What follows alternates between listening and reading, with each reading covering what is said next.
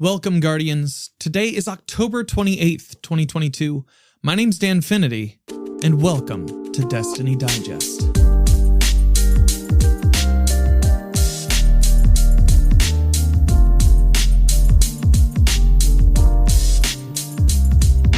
Thanks so much for listening and for your support of the show.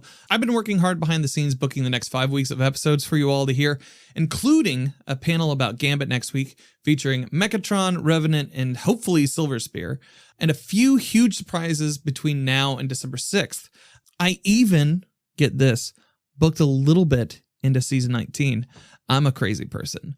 Today, we have a conversation with ShieldMaiden about low man challenges, Festival of the Lost, and weapons she's enjoying.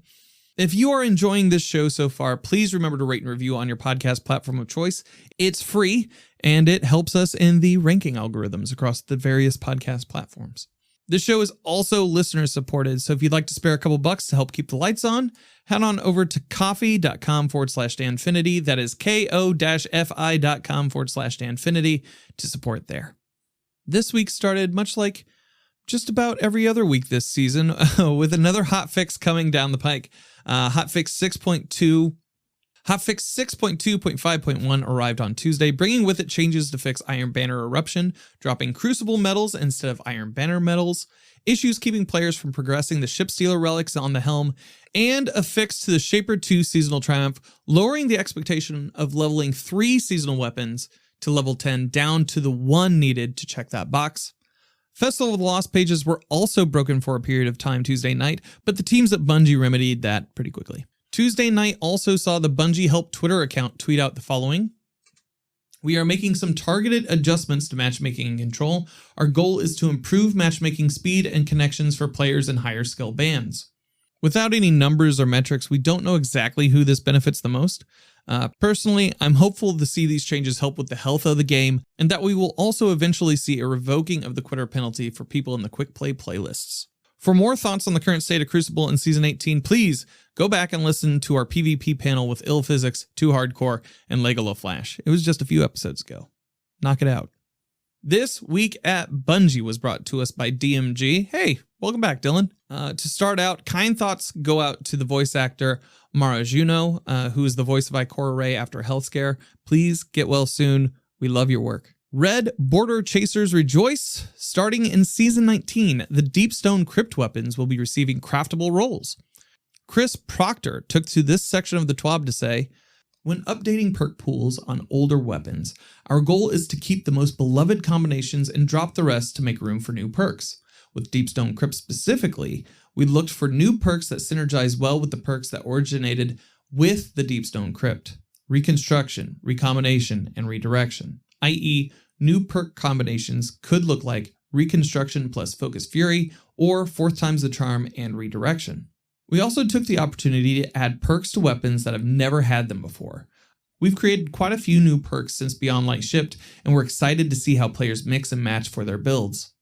Some of the highlighted roles were that previously stated Reconstruction Focus Fury on the Heritage Slug Shotgun, the 180 Hand Cannon Posterity receiving Volt Shot and Rampage, and the Trusty Scout Rifle with Rapid Hit and Incandescent. All DSC weapons from Season 19 forward will receive the new Origin perk Bray Inheritance. No details on what that would be, or if you could hoard past Deep Sight drops to use to craft the new versions. They did stress that you could purchase the Deep Sight versions from the final chest, much like in Kingsfall and from Vow of the Disciple. They also took a minute to speak on the post-Lightfall weapon crafting system, addressing issues of hoarding Deep Sight weapons for currency, reducing loadout stress, meaning that you would have to run something that you normally wouldn't in order to fill out those red borders, and improving the value of weapon rewards from Master Raid content. They also talked about the red border weapons that are uncraftable no longer being a thing after Lightfall. You'll have to fill out and complete those for Deep Sight Resonance before February 28th in order to receive those currencies. Stadia users will have until January 18th to activate cross-save to maintain their characters started on that platform and maintain their progression. Failure to do so by that date will result in a loss of access to a myriad of different purchases and accounts. For a full list of changes and even a schedule of new Bungie bounties, be sure to check out the post in the show notes. In other Bungie gaming news, InsiderGaming.com broke the news late last week that Bungie is expected to be reviving its Marathon series with a new game that will be a 3-man squad-based extraction shooter. So think Tarkov, but with Bungie's signature shooter feel. No set release date was mentioned in that post, but a previous IGN interview from 2019 with Bungie CEO Pete Parsons suggests that it would come out sometime before 2025.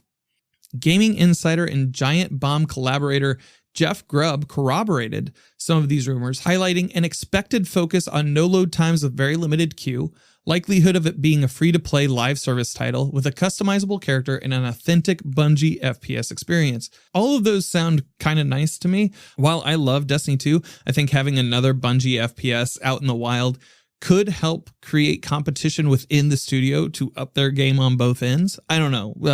Be sure to let me know your thoughts on Twitter.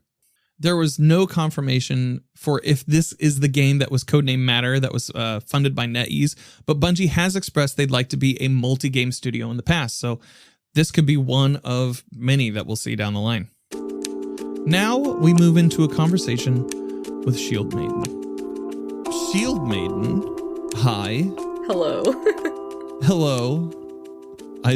That's the worst part of recording these is the pretense of like, oh, we just kind of stumbled into this thing, right? Right, yeah. Like, it's like you're having to make a conversation feel like a conversation in a way. I don't know. I don't know what you're talking about. I've only...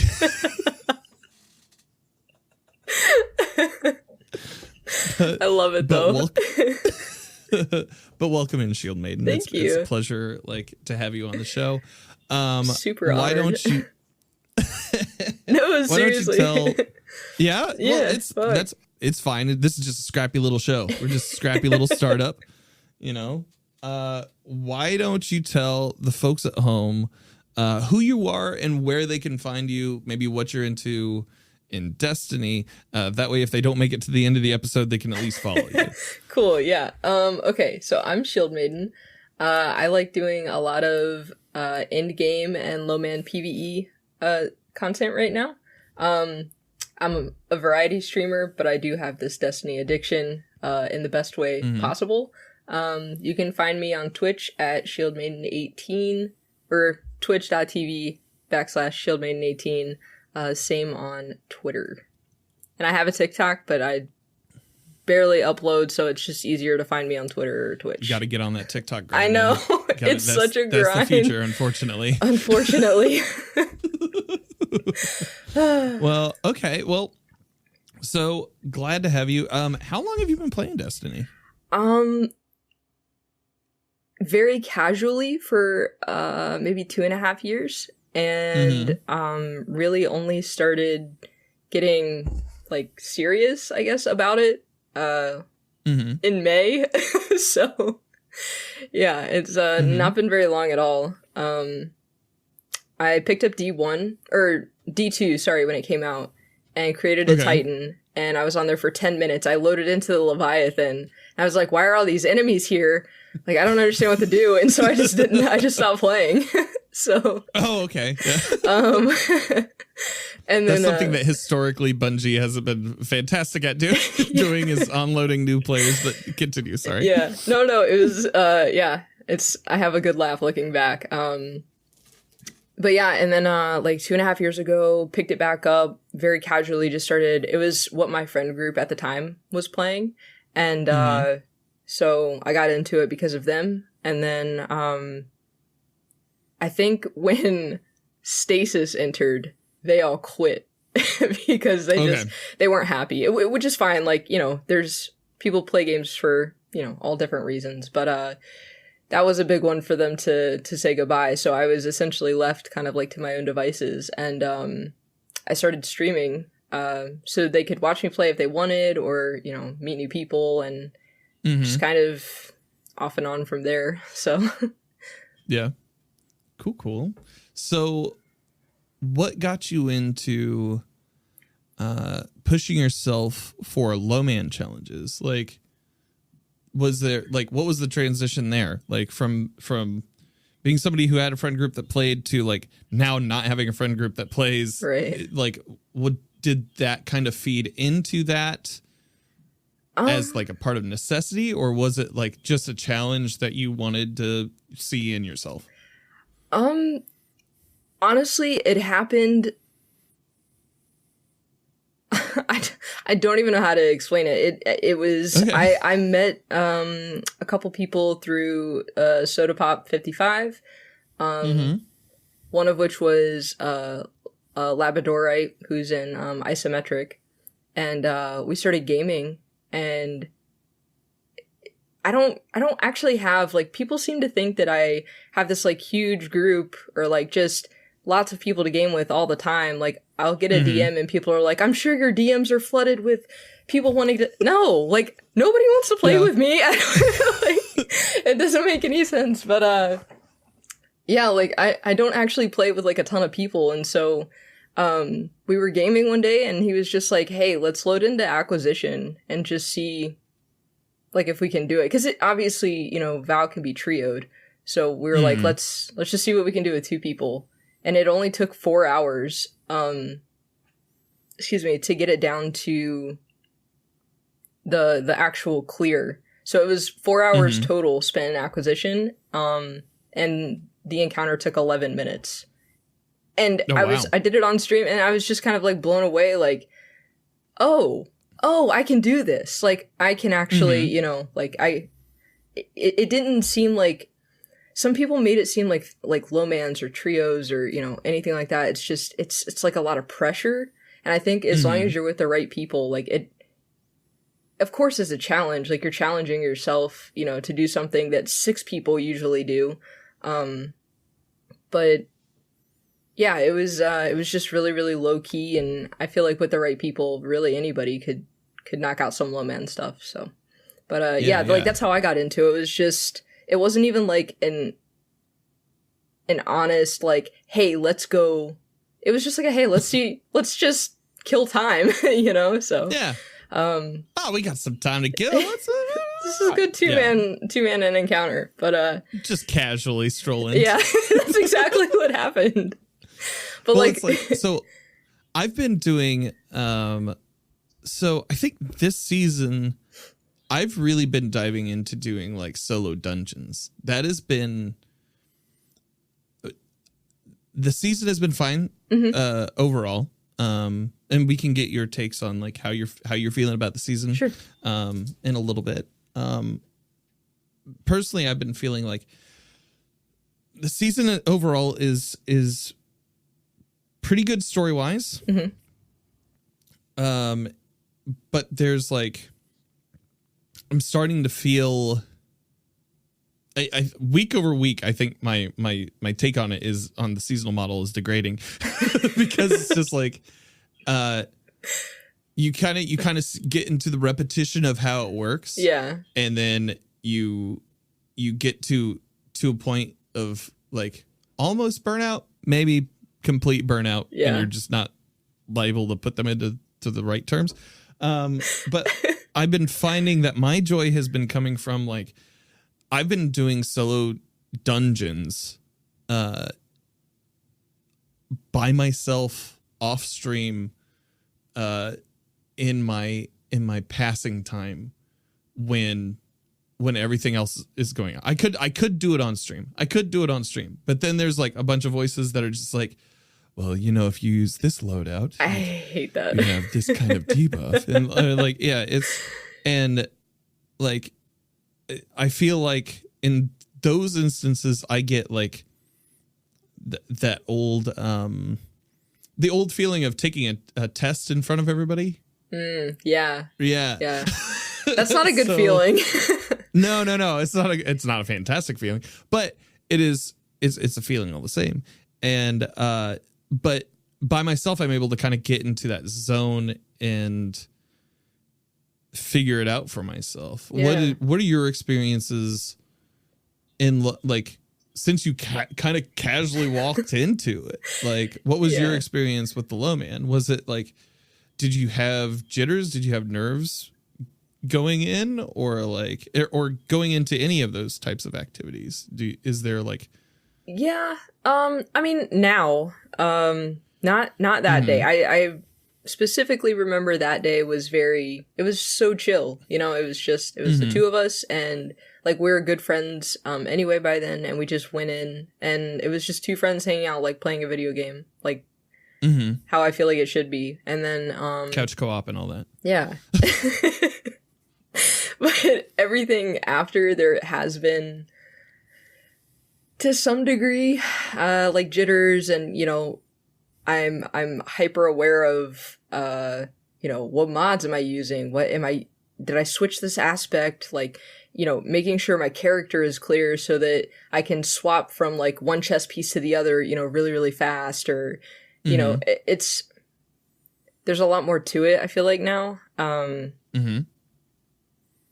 But that's okay too, because, you know, it feels good to optimize and to get it done.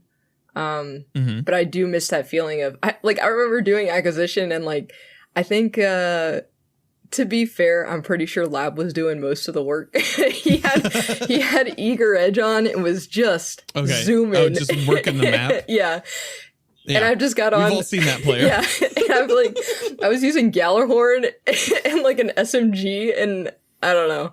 Yeah. It was I was using a Trials SMG at that in PvE. Like I had no concept of, you know, like what to use or how to optimize. Whatever works. Yeah.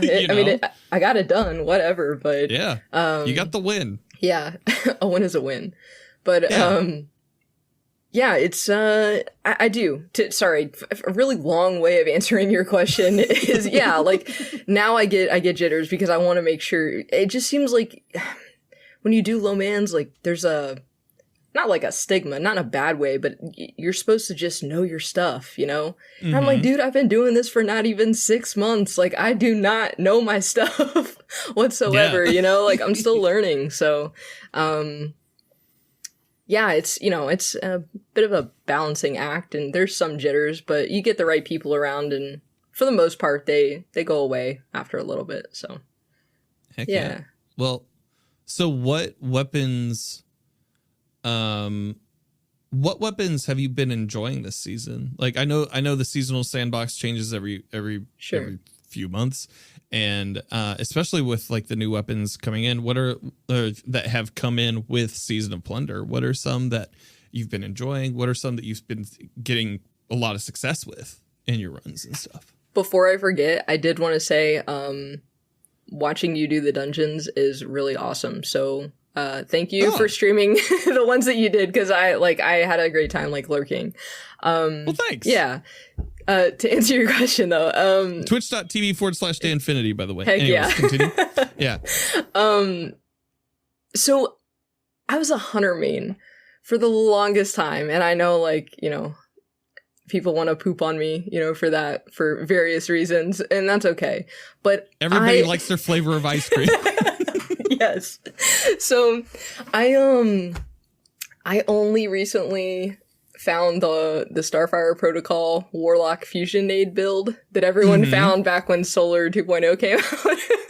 So it goes. Yeah. I've been having a blast with that, and like Jurassic Green with Incandescent.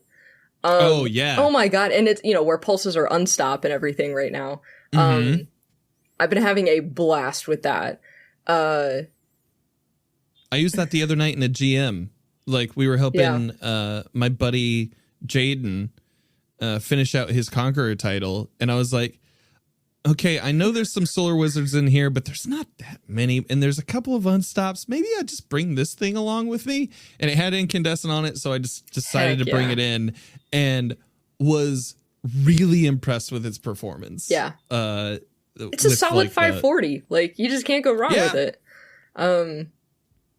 Yeah, that's awesome. Yeah, it's definitely a good thing to have. I mean, anything with Incandescent is good with that build, just because of the Scorch, but just where pulses are, I think it only costs like 1 energy slot maybe for the unstop pulse. I could be totally wrong. Yeah. I want to say it's less than other things though. It's less than unstop shotgun, I think. I think that's why I used it. can't remember now. Everything's. It is one. It is one. Okay. I'm looking at my loadout on Dim right now. Word. Okay. Yeah. But yeah, so like it takes up less energy. It's infinite ammo. Like you really can't go wrong with that. So yeah, I've been really enjoying that build. I really like that gun. Also, the sniper, Macabre, or am I saying that right? The macabre. The macabre. Oh the my. Macabre. Oh. So because I had this issue last week on this show, like kind of stumbling through all the like different iterations that you could say that thing. It has been confirmed that it is macabre, but it's spelled like mech, and then the back half of the actual word macabre, and it just sounds like it's word salad. It sounds the same. It means the same thing. Interesting, but I think people have more really fun cool saying it. Anime thing. Yeah, and I feel like when you say it, you have to like turn to the side, macabre. Like you have to. It's very like you have to have some cognac. Yeah, like a glass of wine or like a thing of whiskey. Yeah, you gotta have some cognac. You gotta have a fireplace behind you. Yes. And like some leather tasteful. seat. Some like a leather seat and some tasteful anime up top, like some Gundam going on, like on the screen above the. It's the cherry on top is the anime. Yeah, because like the sound of that thing, that little, is like amazing. Yeah, but continue. I got us off. The no, I'm here for it. But yeah, so that sniper with perpetual motion volt shot is actually solid. Yeah, volt shot is. It's an sick. Amazing perk. Yeah, it's a good one. It literally turned this legendary sniper into like a cloud strike essentially. So it's it doesn't have the same animation as Trinity Ghoul. I think so. Yeah. On those volt shot strikes, it's just like, oh, so everything's Trinity Ghoul. Yeah, neat. Gotta love it. Yeah, I really like that they brought those perks into the game, like Incandescent, Volt Shot. Did Void get one? I don't know. I think it's part of the subclass. I don't think it's part of any weapons. Yeah, I'm sure somebody will correct us online.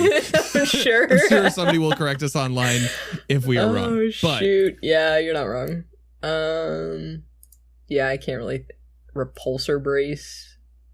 Maybe. Yeah. I don't know. Something not as impressive as like Volshot. This is the internet. Somebody will figure it out. Yeah. Yeah. But those have been really awesome perks. Yeah. To bring into the loot pool overall. It actually makes legendaries feel slightly exotic. Yeah. Yeah, definitely. Well, and it gives us a reason to grind for them. Personally, like I wanted a rangefinder incandescent, and I got one. So like it took way more than 35 lost sectors to get that. Okay, so yeah, it's a bit of a grind, but like worth it. Like I feel good about it. So. How are you feeling about the Festival of the Lost grind? Like in your experiences with it, did you buy into it whole hog and just grind it out, or have you been running it in the background? Actually, in the background. I did not want to. People were hating themselves, gilding it in a day or whatever, and I just I did not want to do that this time. I was actually only around for one for sure, maybe two of the haunted forests. Okay. And then those went away. So I mean the lost sectors are still pretty new to me. And I'm not like sick to death of them yet, you know what I mean? I guess I remember some people on Twitter saying they missed the haunted forest, which I also thought was really, really cool. But I like listening to all of the little lines. I can't remember if it's like Ikora or somebody calls and she's like, oh, I just wanted to make sure that you guys were actually taking a vacation. And the ghost is like, Flint's like, yeah, we're haunting headless ones. They're, pumpkin heads are full of loot. And she's like, I don't even know why I bother calling. Like, and I'm just like, that's actually like ingenious. It's just really funny. Like they're witty. it's a good. They've been doing. I feel like they've been doing more and more over the past few years to kind of like make sure that everybody who wasn't Cade gets some jokes, you know, and because otherwise it would be quite dour. Yes, it would. In an unfunny universe. So yeah, I enjoy that. I enjoy that they're fleshing those folks out. But continue. Yeah, no, I wholeheartedly agree. I know there's some backlash saying that like, Flint's never gonna be Cade. Well, nobody's ever gonna be Cade, so you might as well let people be what they're gonna be. You know what I mean? Cade was Mickey Mouse. They had to kill him. Yeah. Yeah, you're not wrong. But it's cool. It gives us a chance to, like, last season, you know, we're learning kind of everybody's their kryptonites, you know, like what keeps them up at night. Mm-hmm. Like that was a huge eye opener. I don't dislike Zavala quite as much now. So okay. You know, he's been through a lot. But anyway, yeah. I think it's cool seeing some stuff fleshed out. Getting to, you know, do silly things in a very serious world, like shoot pumpkin heads and get candy. Like that's fun to me. You know what I mean? So I'm okay with like that that kind of grind that like you can just zone out and like have a conversation with your friends while you're doing it. Like to me, that's what gaming is about anyway. So yeah, being able to do that, have a laugh, that's good. And then I had fun this season, like grinding for weapons. I didn't burn myself out like right away on it, so I'm feeling pretty good overall about it. Heck yeah.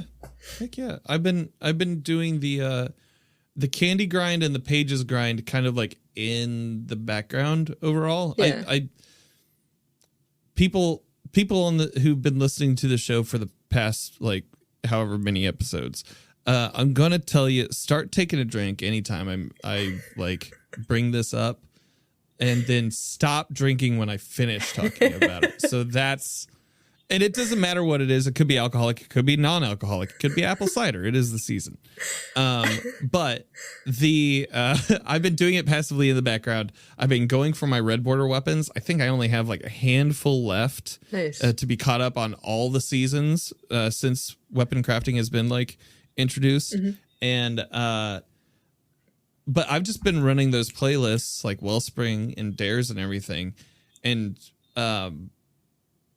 getting the pages in the background and then being like, oh, okay, I got enough that I can knock these out. I think I only have 10 more pages that I need to do.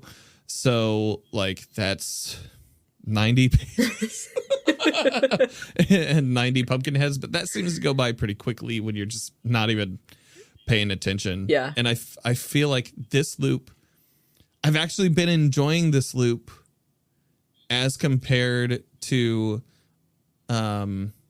the seasonal activity offering, where it's like you go do a catch crash and then you do an expedition and then you go do the thing, then you come back, then you do the catch crash, then you do the expedition.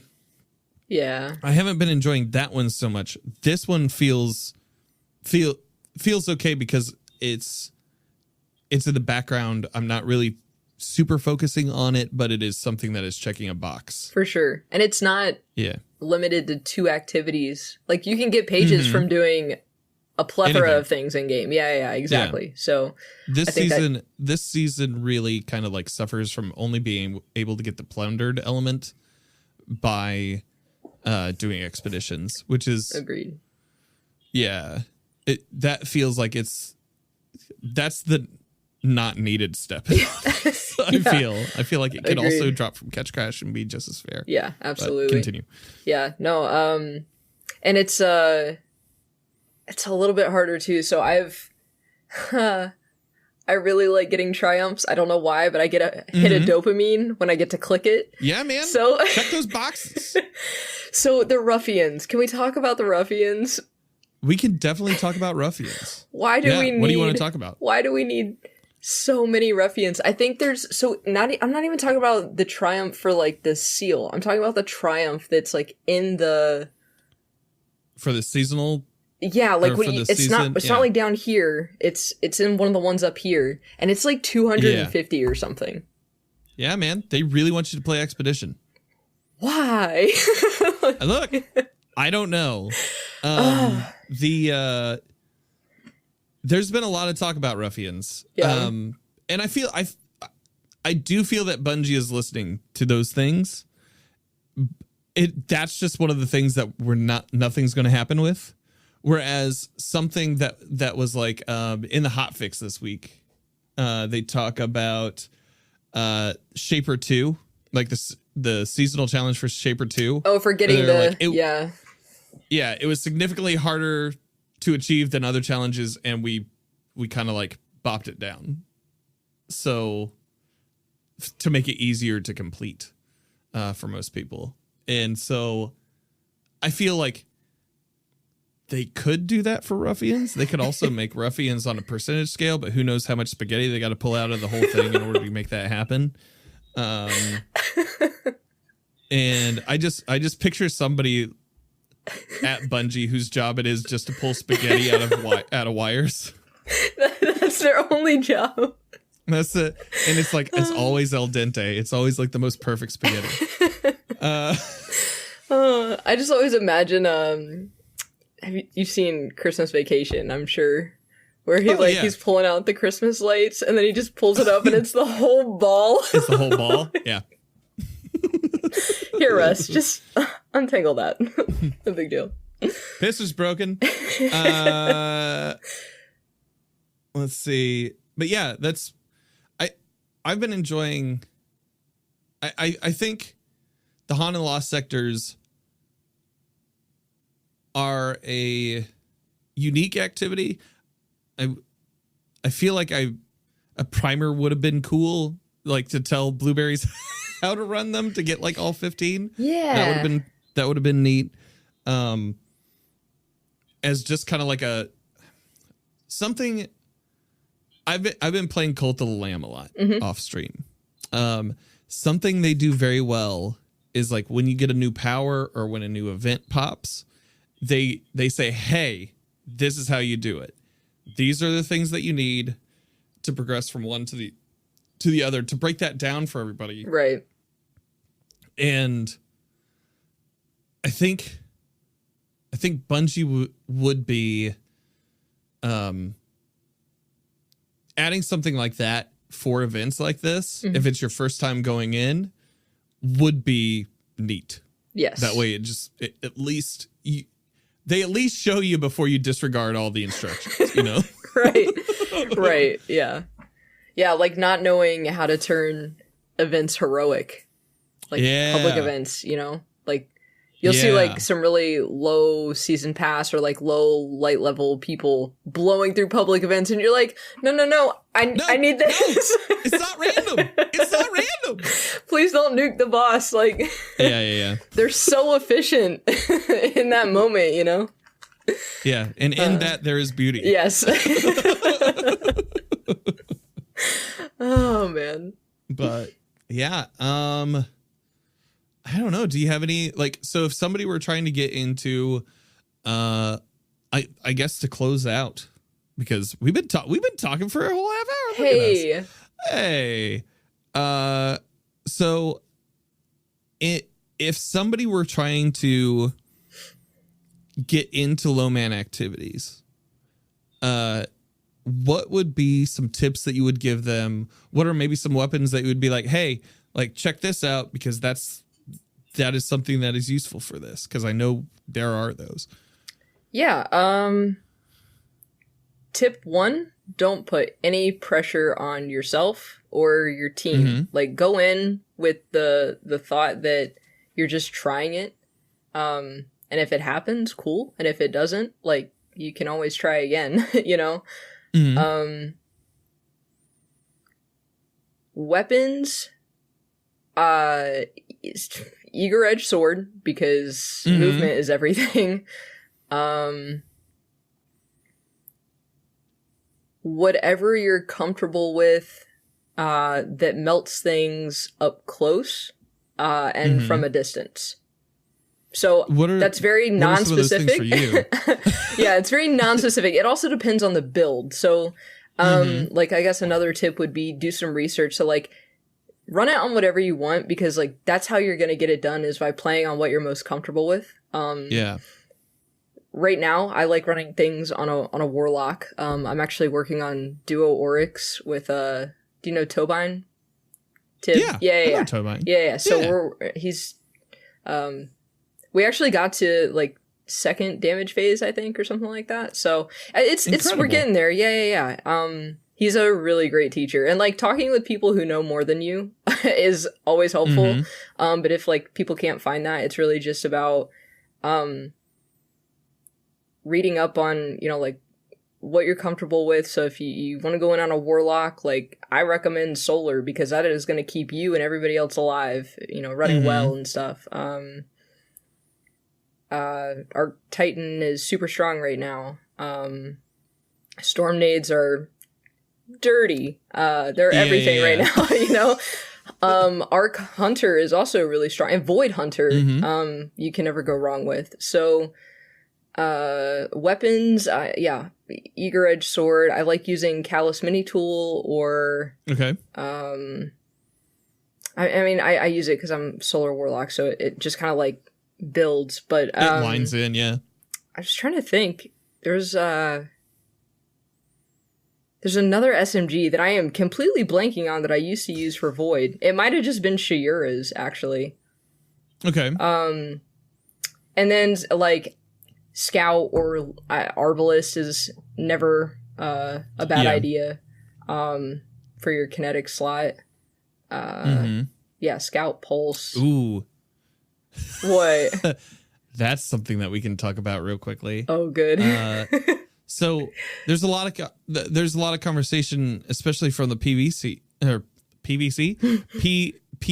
side of the game recently, regarding Arbalist and moving it into like a heavy slot, because like people are using those energy and kinetic linear fusion rifles to do some work in like almost free work in PvP.